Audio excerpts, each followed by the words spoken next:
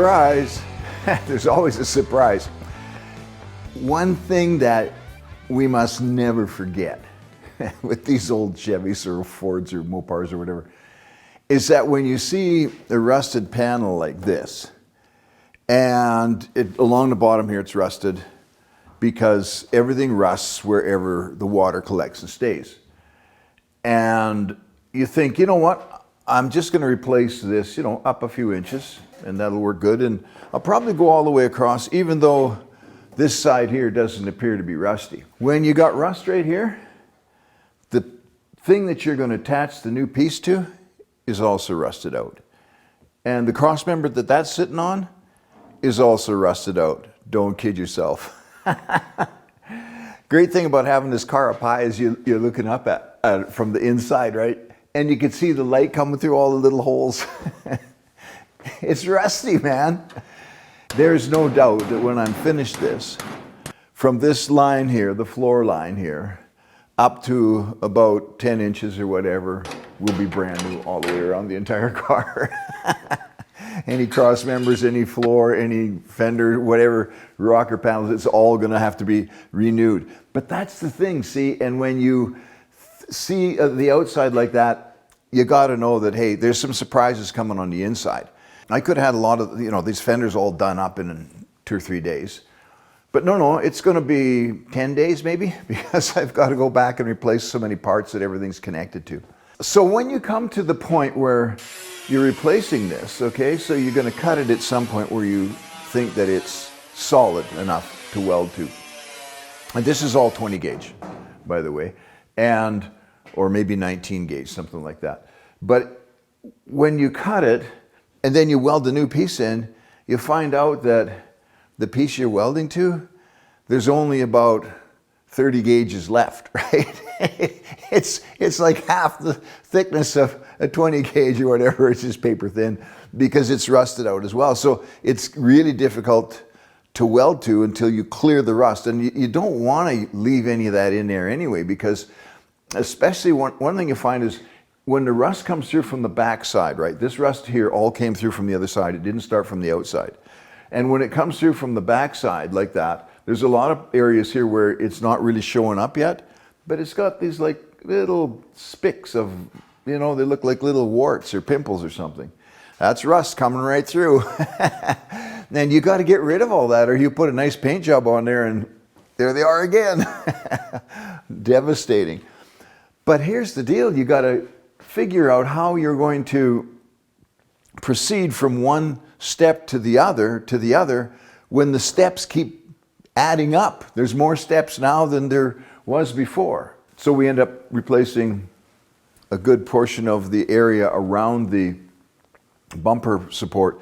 And what happens there, of course, is that the inside floor of the trunk comes out and it hits the fender area there, and it's bent down like 1/2 inch, and then it's spot welded. Well, between those two pieces of steel is where the water is going to collect and stay for a few days at a time, over and over and over again. And that's what's going to rust through. So those are basically, and that's what's happened here. It was double layered and right down here, and so the water collected. So you replace that, but you got to cut far enough into the good metal that you're actually going to be able to weld it. By now we're a long ways from the armpits, halfway across the back. Well, actually doing something with the entire back. Got this new cross member put in here, and yeah, it looks really good. But you know what happened? By the time I got done bead rolling it, it was curved like 2 inches more than the original. And I had made it by tracing the original and then rolling it. So man, this bead rolling and English wheel stuff can be pretty unpredictable. And it's one of those things that you got to engineer by getting a feel for it. And I don't know how many cars you're going to have to build before you get a feel for it, but I'm getting smarter. And one of the things that I know for sure is don't try to form a panel or a piece that's too big. You want to go all the way across. You don't really want to weld something like a cross member. But the options are you can do it in small chunks. When I come across this back here with the body, I'm actually not going to try to do it. Well, you know what? I could do it all in one piece, couldn't I? And what's the worst that can happen? Well, like the fenders, you cut it in half and then you fix, fit one weld and then you weld it together. Because welds, nobody's going to know how many welds there are on this thing when you're done. So here's the deal. We're going to make this piece that comes down from laying on top of the cross member. It comes down 2 inches and then it comes out. And then this body panel comes down and goes in and sits on top of it. You can see on the end here from the old cut, right? So the body comes down here and it goes in with the flange and sits on top of this other piece, the piece that we're building today. And so then this one is flat underneath to catch that body panel all the way across the car. And then it goes up 2 inches and then it goes level again, flat again, onto and sits on top of that cross member. Well, let's take a bird's eye view of it because I want you to see how this works or doesn't. All right, to the drawing board. Let's look at a cross section of the piece that we're going to make. So it has a lip on the bottom, flange on the bottom of about 3/4 to an inch. Then it's going to bend up 2 inches and then it's going to bend over. That's the question, how far? So the new cross member is sitting here, trough, another lip, and then you've got the body of the Chevy is going to come down here. It sits on top of there. That's what this is all about. Curves up like that. The other thing we have over here is the Cadillac, and it's all kinds of shapes. And so eventually this black piece here is going to come all the way over to the Cadillac and form the floor of the trunk. We don't know where that's going to fit yet until we get this body mounted on, because the Cadillac has all kinds of weird shapes, it's weird levels, it's 2 different cars. And so then the decision is where to cut this. If we're going to try to, originally I was going to try to cover the entire cross member or up to about here and just leave this lip to weld on the next piece. But to do a 3-inch piece here and a 2-inch piece here with a bend, a 90-degree bend that curves around the bottom or the back of that car, it's going to be impossible. You just get a big twisted piece of metal. And so I'm going to end it here, and that'll give me, well, in the middle of the car, about 1/2 inch. And then down here, it's going to be about, well, let's say 1 inch, but it's probably a little bit less, 7/8 or whatever. And I can use the shrinker on here to pull that curve in, use the stretcher on here to pull that side out, and I can perfectly control the bend as that follows around the shape of the rear end of the car. Yeah, shrinker and stretcher. That's going to work, eh? So there we have it drawn out. The red part is the upright, okay, and it's 2 inches and 1/8 actually by the time we do an accurate finish measurement, which you always want to do, right? Okay, and there's the top flange and the bottom flange. This one's going to be bent this way, the other one's going to be bent down. So I've actually got this line here, I've got it on the bottom underneath the steel as well, so that when we turn it over, we'll be able to bead roll it in the right direction. So you'll notice there's no curves on here other than a little bit of, this kind of stuff here where these flanges are going to change width. And this one I'm not sure of. I have no way of drawing that curve, so I've just left extra on there and we'll cut it after. But I don't want too much because it's too hard to shrink. With the shrinker, if you've got too much, this is going to be difficult to shrink here because it's too wide. But anyway, we're going to work on it and we will get it. Might learn something new here yet.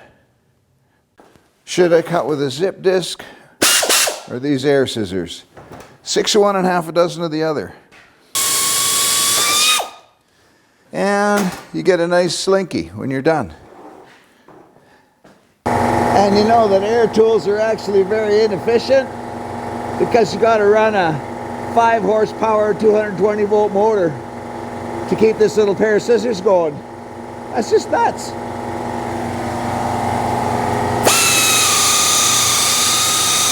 Over to the bead roller. Now yesterday I had to make this special die. It's kind of a monstrous thing. I couldn't get the cross member that we were making to drop down far enough because it has that U-shaped, right?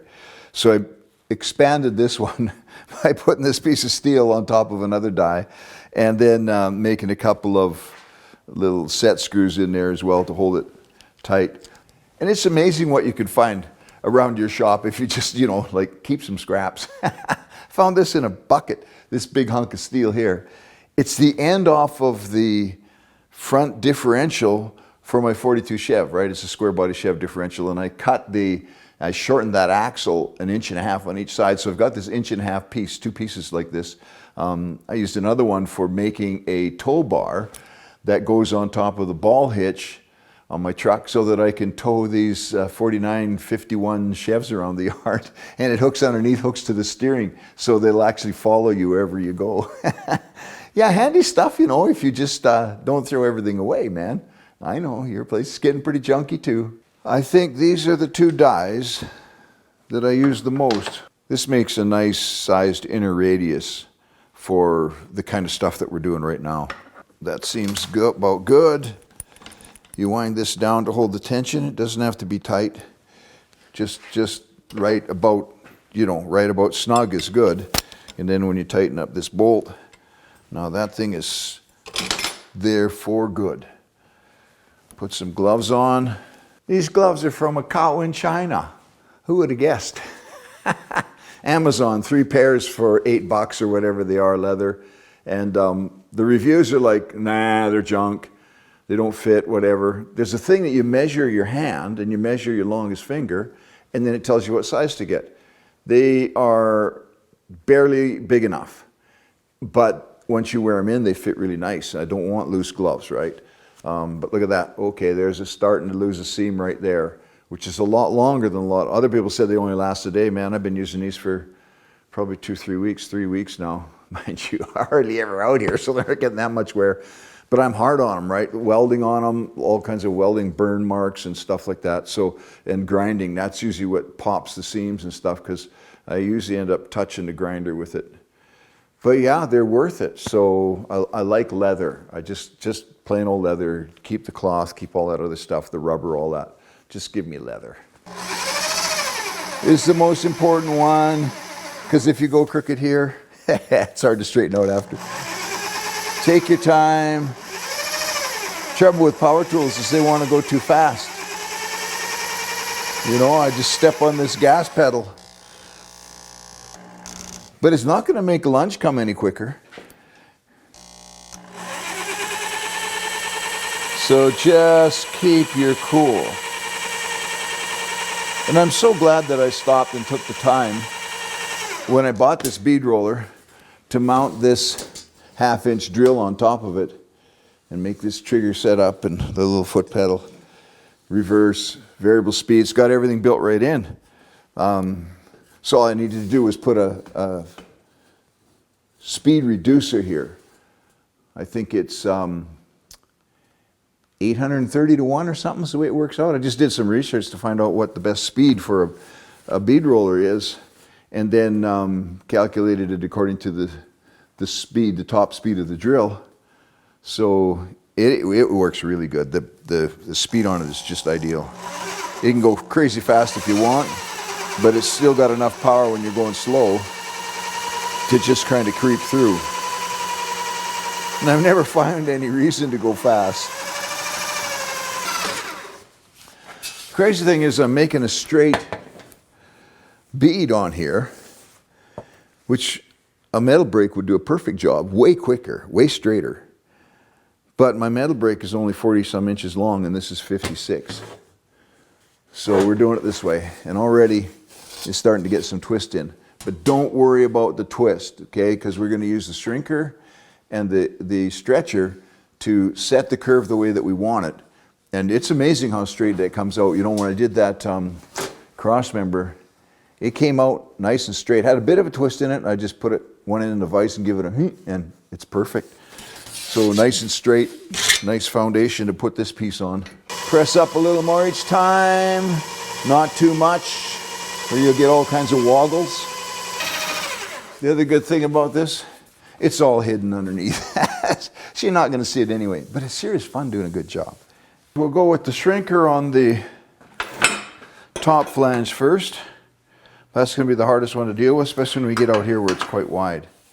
And this has got to come around. So we shrink this and it pulls this around. Then we will expand that one, stretch that one, and it will pull this around again. So a little bit of both. And we'll know if we got the even tension on the top and the bottom by how this 2-inch upright lines up. So this takes a little bit of patience. In these parts here, it's really easy to go too far because this is easy to shrink. In fact, if you do 2 or 3 right there, you can look down it and I don't know if you can see that, but already, okay.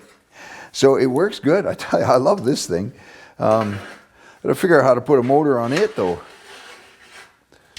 So we'll just go along here and put some shrink on here and see what the first pass does.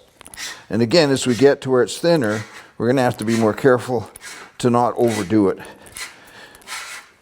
And then we've got also our,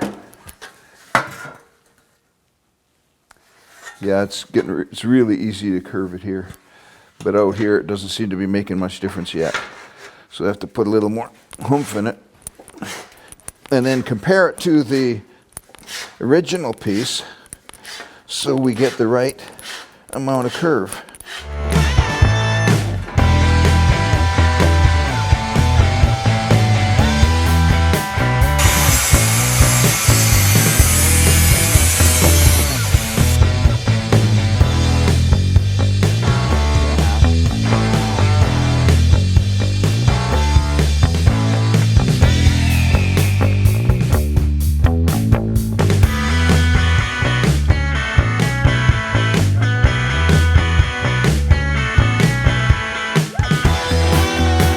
It must be supper time, but we'll finish off this little back piece here hopefully before we get called in. I've made enough L-shaped, a little stock here, inch across the bottom, and it's supposed to be 2 inches up, 2 1/4, but it turned out to be 3. I don't know. Somebody mismeasured. And I bent those in my metal brake, so it's not long enough to go all the way across the car, but that's fine because I'm going to do it in 3 pieces anyway. It's just easier. So the bend here has to be convex on this butt end of the fender here, and then it's concave a little bit for a bit, and then it's convex again all the way across the car, and then the same thing goes concave again, meets up with this other fender, which I'm not going to patch this piece. This one's pretty good. On this fender here, you can see I beat up on it quite a bit because it was in rough shape. Yeah, it had been hit. So, and then I'm going to put some taillights here anyway, so I'm not sure I'm going to plug these. I like the taillights right out on the end. So if you got any ideas what I could use for taillights, let me know. The 52 Pontiac, the little round ones, those are cute. You could French them in there. But I don't want to do too much of that custom stuff because I'm not going to customize the whole car. It's going to be fairly stock looking. And except for the candy red paint, just to keep my wife happy. And that's her dream, so that's what she gets. Dreams do come true. And if you don't believe me, watch episode 10 or whatever that was. Dreams come true if you work hard enough. But just so you don't get the wrong impression, I got to show you this scrap pile. 2 buckets full and a pile of stuff on the floor, some trial runs that you'll recognize, and then all pieces of rust that I cut out. I'm probably 1/4 of the way through the car, and this is my second scrap pile. I've been to the scrap dealer once. And make sure you got a good supply of the cold rolled satin coat steel. And I've got a sheet of 18 gauge here, sheet of 20 gauge over here on the table. I think I got another 20 gauge waiting for me behind that wood pile. I had a sheet of 16 gauge, but I used it all up. It's hard to find. I got to find a new supplier in this city. It's not that easy to come by. Well, a lot of guys don't even know what it is. When you go to like a steel yard, most of them don't have it. And the only places I found in the city is if I want to buy a whole container load. So 20 gauge is what you use the most of. That's the body thickness for making body panels. 18 gauge I've been using for like the back cross member and that kind of stuff, a little heavier. And most of your tools will only handle 18 gauge, like the metal brake that I've got and bead rollers and that kind of stuff. You put 16 gauge in there, it's pretty tough. When you go to buy it, you can ask for satin coat.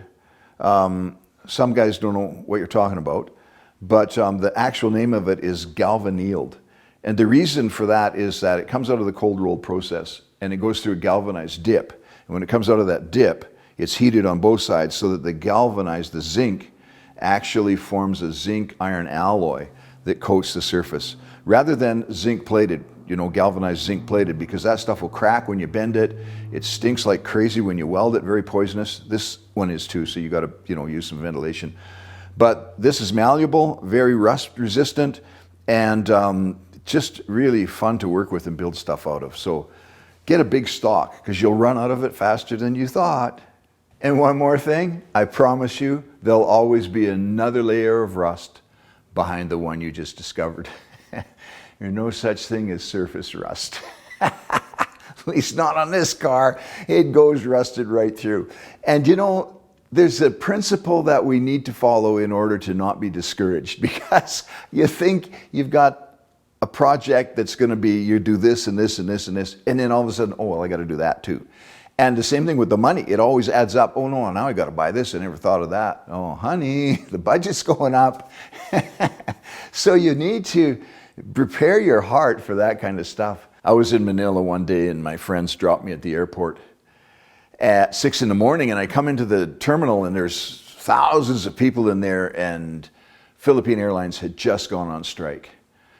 Well, I'll call my friends, tell them to come back. Oh, got no phone because I'm in the Philippines. Get on the internet. No, you can't, because there's 1,000 people trying to connect. And trying to phone my wife, tell her not to come and pick me up at the other end because I don't have a flight now. 2 of my credit cards got locked by the time I got through to her because, suspicious activity, right? So what do? You put one foot in front of the other and you basically have to decide. Here's the definition of good character: to predetermine the way you're going to respond to any given situation. When somebody says something bad about you, whatever it may be, somebody, trashes you, whatever, you predetermine the way you're going to respond. That's what good character is. And if you don't predetermine it, it'll just happen, and you'll just blow up. And I know, because I'm Irish. Well, my dad was anyway.